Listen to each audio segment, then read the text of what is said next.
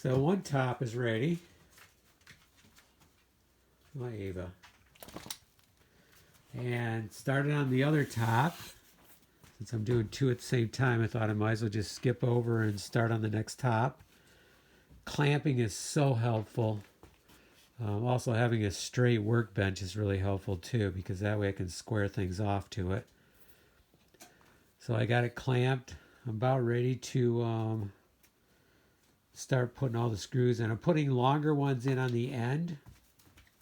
And wherever there's a joint, I'm putting longer ones in. And then maybe a couple throughout. I did countersink quite a ways, so that even my 1.25 inch ones are going in quite a ways.